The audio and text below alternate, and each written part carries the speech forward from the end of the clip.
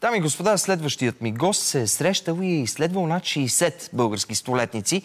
И това на фона на факта, че българите умираме най-рано от всички в Европейския съюз, сега ще видим една различна гледна точка, която е слабо известна. А тя е, че българите наистина сме имали гени на столетници. Представям ви доктор Любомир Балабански, генетик с над 15 години опит в молекулярната биология и геномиката. Добре дошли! Здравейте и благодаря много за поканата. Много ми е приятно, докторе. Това е една уникална тема и сега зрителите ни ще научат наистина много интересни неща. Вие сте специалист по геномика. Завършили сте в Единбург. Да. Истина ли е, че дългия живот е заложен още в гените? Да, това е така. Аз си спомням, още като бях студент и следвах молекулярна генетика. Не спирах да се впечатлявам от това колко много черти на организма, като физиология, метаболизъм, дори и характер, с генетичен компонент. Тоест влияят се от генетични вариации, които всеки един от нас носи. Аз спомням си още, докато бях студент, ми попаднах на една статия, която стигаше до заключението, че при генетични модификации при мишки се наблюдава двойно увеличение на продължителността на живота. За това ли, извинявайте, за това ли понякога срещаме хора, които много с които визуално много си приличаме, независимо, че може да сме в две различни части на света. Пък и с други хора, казваме, характерите ни си приличат. Да, абсолютно е възможно. Всеки от нас носи собствения си геном, който е уникална последователност от молекули, което тя съдържа рецептата за това, което сме ние. И кодира всичко, което ни прави душевността и характера, който сме. Така че е абсолютно нормално човек да носи специфични варианти, които обаче се наблюдават и при други хора по целия свят. При други хора по целия свят. Тоест, ние сме уникални, но и в същото време не сме. Точно така. Не съвсем уникални, но не съвсем. Но по молекулата ДНК, която носим по генома си, със сигурност сме уникални в целия свят. Да. Сега, на стената ще видим снимки на български столетници, с които вие сте се срещали, разговаряли и изследвали. Кой е това? Това шапката е дядо Методий. Той живееше в покрайните на град Радомир и си спомням за него, че до 101 годишна възраст караше колело. Чудесно. Следващата снимка. Така, по средата виждам дядо Васко от село Герман до София, а в дясно е баба Босилка от Своге. Баба Босилка много ме впечатли с това, че тя на 102 години, ако не се лъжа, поддържаше градина в перфектно състояние. Живееше абсолютно сама. Сама си пазаруваше, сама се грижеше за себе си, беше абсолютно самостоятелно на 102. И доста пъргава и физически активна. Всички тези хора, какво ги обединява генетично? Има ли нещо общо в начина на хранене и нещо, което да е предопределило, че освен гените, те ще живеят дълго? Изследванията ни на столетниците бяха част от проект Геномът на българския столетник, който беше проект към катедрата по медицинска генетика към Медицинския университет София. Като целта беше да изследваме и начина на живот на столетниците и генетиката им. Тоест да видим, тъй като реално дълголетието е една много комплексна черта. Тя е една сложна комбинация от фактори на околната среда и начина на живот, както и на гените, с които сме се родили. Не може да се стигне до дълголетие без човек да е оптимизирал нещата и в двете посоки. Тоест да се старае да живее здравословно, да има малко късмет, разбира се, и да е роден с гени, които благоприятстват за успешна преживяемост. Добре, от гледна точка на начин... Задължително ли е, например, всички да не пушат, да не употребяват алкохол, да не преяждат? Забелязали ли сте някак? Да, от гледна точка на начин на живот и въобще на диета и здравословни навици, едно от най-силните ни заключения беше, че столетниците не са пушили или изобщо, или ако е имало единици, е било много инцидентно.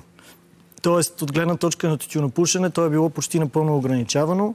От гледна точка на алкохолна консумация, повечето от тях казваха, че не са консумирали алкохол или въобще в живота си, или, както казаха, само по поводи. Тоест, въобще не е имало някаква злоупотреба с алкохола.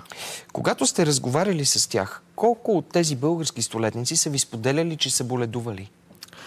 Бяхме доста приятно изненадани от факта, че най-често заварвахме мнозинството от столетници в много добро здравословно състояние. И това беше наистина впечатляващото, че те казваха, че почти никога не са имали сериозни заболявания. Тоест те са достигнали до напреднала възраст над 90 и даже над 100, а почти без да им се налагало да влизат в болница или някои от тях дори не взимаха и лекарство профилактично. Съответно, това още повече ни наведе на мисълта, че генетичните фактори, които носят, определено имат протективен характер. Принципно всеки един от нас има една много комплексна комбинация от рискови фактори и протективни генетични варианти. И баланса на тях до голяма степен предопределя и продължителността на живота при всеки един индивид. Съответно, при тези столетници генетичните ни анализи демонстрираха именно това, че те са лишени от високорискови фактори, най-вече свързани с основните убийци, сърдечно-съдови заболявания, онкологични заболявания, невродегенеративни деменции и подобни състояния, които значително намаляват преживяемостта. И от друга страна, в геномите им намерихме протективни варианти, които оптимизират всъщност преживяемостта им. Има ли някакво разпределение по региони? Например, тъй като аз съм от много години търся статии за България в западната преса. И има статия в Ню Йорк Таймс от преди 140 години. Един американски пътешественик отива в Родопите и написал статия за столетниците на Родопите. Разказва вътре в тази статия за хора, които са над 105 години, например. Обаче тогава много интересно, той посочва като основна причина киселото мляко, което се е правило просто с цветчета, така се е заквасвало. Има ли някакво разпределение по региони? Когато говорим за статистика, знаете, че трябва да бъдем много внимателни. Лично мои анализи, които направих на данни от Националния статистически институт за последните близо 20 години, показаха, че няма някаква стриктна тенденция определена област да е системно с най-висок брой столетници. Да. То там най-точният параметър е да се гледат броя столетници спрямо глава на населението, или най-често в световен план се изчислява броя столетници спрямо 100 000 души популация. Като казахте това, и връщайки се толкова назад във времето, според данни на НСИ от 1905, у нас е имало 1003 жени на 100 години, 26, сега внимание, на 110 и 3 на 112. Възможно ли е това или е грешка в регистрите? Аз лично съм скептичен към подобни статистики. То звучи библейски леко, да? Да. Първо, поради факта, че това са години преди прогреса на медицината, който значително увеличава преживяемостта. И второ, все пак не трябва да забравяме, че това са едни времена, в които гражданския регистър и самата администрация е била доста по-слабо организирана. Съответно, голяма част от възрастта, която хората са докладвали, е била, така да се каже, самодокладвана. Да. Импровизация. Така Добре. че се опасявам, че не са били точни тези статистики, че има леко отклонение именно заради това, че те не са били валидирани с документ. Тогава всеки е можел да каже на каква възраст е просто така. Сега, всички заедно и ние и зрителите ще видим така наречените сини зони. Местата на планетата Земя, където има най-много столетници на глава от населението. Виждаме Калифорния, виждаме Сардиния, виждаме Гърция, виждаме Окинава в Япония, виждаме Коста Рика. Това, което ми прави впечатление, е, че всички тези места са близо до океана или до морето. Да, специално за сините зони е много интересно, тъй като това, което ги обединява е, че те са предимно изолирани популации, които или са островни, или са така по-отделени от основната популация на дадената държава, като действително те са близко до море, с благоприятен климат, който някакси предразполага хората към това да са навън сред природата, да живеят активен начин на живот, да имат здравословна диета, предимно с съставки, които са извличани от морето. Също така благоприятният климат дава възможности за това да има повече социални контакти, повече така живот сред хора. Всичко, от които в световен план са доказани фактори, нали, от начина на живот за здравословно дълголетие. Има и още един интересен момент, че всъщност островите са много интересни така, от генетична гледна точка, тъй като те най-често са, отново казвам, изолирана популация, като ако нарича се bottleneck ефект, ако първите заселници на въпросните региони на света по случайно са носили благоприятни генетични варианти, допринасящи за дълга преживяемост, всичките техни наследници носят същите тези варианти.